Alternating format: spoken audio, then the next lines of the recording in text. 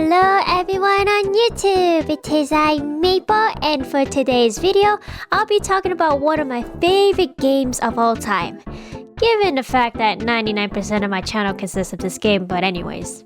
Mother 2 is a game just drenched in secrets and Easter eggs, as well as having one of the most interesting development histories of any video game. And seeing as the 30 fun facts video on Mother 1 did so well, I thought I'd give you guys some more, this time on Mother 2, otherwise known as our beloved Earthbound.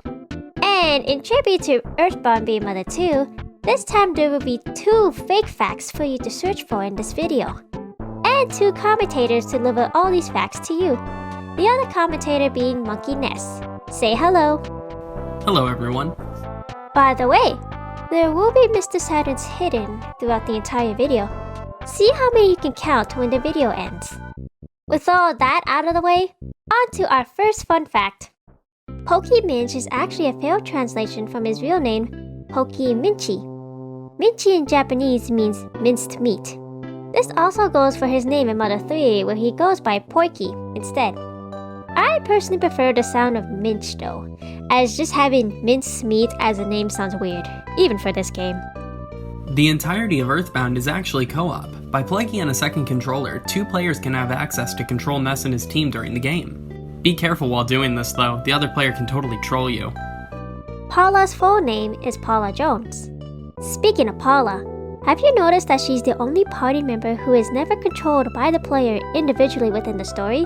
The only time she'll ever lead the party is if Ness or if all the other team members are unconscious. The Chosen 4, Ness, Paula, Jeff, and Pooh, appear as a cameo in a Disney television show called Amphibia. While on the topic of cameos, an original Earthbound big box can be seen in the background of an episode of the American sitcom Frasier. Did you know that this sound effect is Mother series creator Shigesato Itoi's voice? The sound designers added this before the game was released without Itoi's knowledge, and he wasn't even aware of it until the game was late in development. If the game is being run on a pirated copy, the game can respond to this if it's detected. The cruelest of these anti-piracy measures is that during the final boss, after Pokey gives a speech, the game will crash, and when reset, it will reveal that the player's entire save file has been erased. During development, Shigesato Itoi didn't know how to use a computer, so he spoke every piece of dialogue in the game out loud to a staff member who then input each line into the code. Several lines were cut and changed during this process, as the staff member's reaction heavily influenced Itoi's perception of each line's quality. The Mr.Saturns distinctive font is based on Itoi's daughter's handwriting from when she was a child. This is likely why Itoi has said that Mr.Saturns represent innocence. If you choose to speak to the Tenda tribe's leader after helping them to overcome their shyness, he will give Ness a bag of Dragonite, which is perhaps where the name came from for a certain Pokemon. In Happy Happy Village, the original Insane Cultist sprite had the letters HH on their foreheads, standing for Happy Happy. This was removed when the game was localized. Jeff cannot perform any smash attacks with his regular weapons during battle. However, due to an oversight in Mother 1+2, he can deal smash attacks. Ness was originally blonde before his hair was changed during very early production. This was going to be a reference to Ken in the Mother novelization, but was abandoned later on. Storing a damaged teddy bear in Escargot Express and then taking it back out will actually completely restore its health, making it possible to potentially use it endlessly. In early drafts of the script, American localizers had considered calling Gygas the Geek. If you try to use the pencil eraser on the evil Manny Manny statue on the overworld in Moonside, an obscure dialogue box will pop up, saying, "Do you really think this looks like a pencil?" Want to save some much needed inventory space? If you fill your inventory with the cookies the spiteful crow enemies drop in the beginning of the game, when Buzz attempts to give you the Soundstone, you will be unable to, and instead store it with Tracy, leaving it open for you to use on your own accord. In the original Japanese version of the game, the Skyrunner was originally named the Skywalker. I'm sure you know why they changed this one. In the Scaraba Market, there is an NPC who is named Red Snake. When you talk to him, he will say, "Hiss, I'm Red Snake. Come on in. Kiss of fire. Armpit hair fertilizer. Yes. What is it you want to buy?" This character is actually a reference to a famous Japanese comedian named Itoi Chopin, who is well known for dressing up in an Arabian outfit while shouting, "Red Snake, come on!" In the Mother 1+2 art book, concept art shows Jeff originally had a design much closer to Lloyd from Mother 1, much like how Ness resembled Ninten. Jeff's appearance, however, eventually was changed more drastically over time. Ness's name was misspelled as Ness-A in Earthbound's US commercial.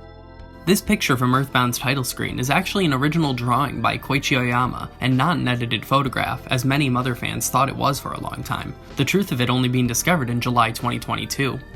The excavator in the Dusty Dunes desert was originally going to move after the miner thanks Ness, driving off-screen to continue digging the mines.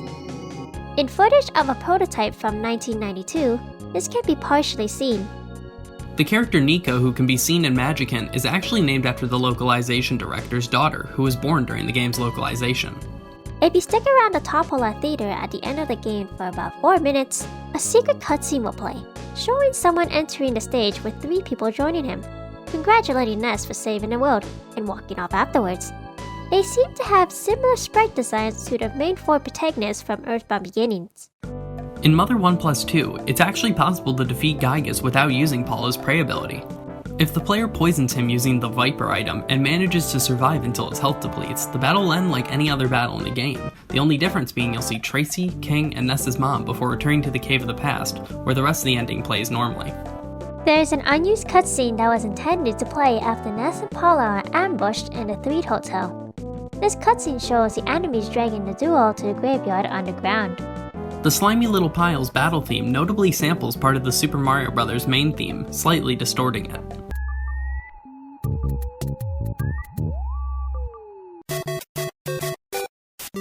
I'm sure most of you know this, but Gygas was inspired by feelings Itoi experienced when accidentally walking to a violent film at a theater as a child. This experience inspired phrases used in the battle such as "It hurts, it hurts. Ness, Ness, Ness, Ness, Ness, Ness, Ness, Ness, Ness, Ness, Ness, Ness, Ness, Ness. Go back." The War Against Gygas screen that's shown when you start the game is a reference to War of the Worlds by H.G. Wells. Inside the one at Arcade, there are 2 arcade cabinets that reference Donkey Kong and Space Invaders. The Hintman stand is possibly an homage to Lucy's psychiatry stand from The Peanuts. In Happy Happy Village, there is a red house that you cannot enter until after you beat the final boss. At this point, entering the house will reveal inside is a Mr. Saturn. I wonder how he got there in the first place. That's all for this video today. I want to thank Monkey Ness for collabing with me in this video. Thanks for having me, Maple. This was a lot of fun. Be sure to check out his YouTube channel. If you love Earthbound just as much as I do, then his channel is something you should give a watch sometime. Till next time, everybody. Fuzzy Pickles!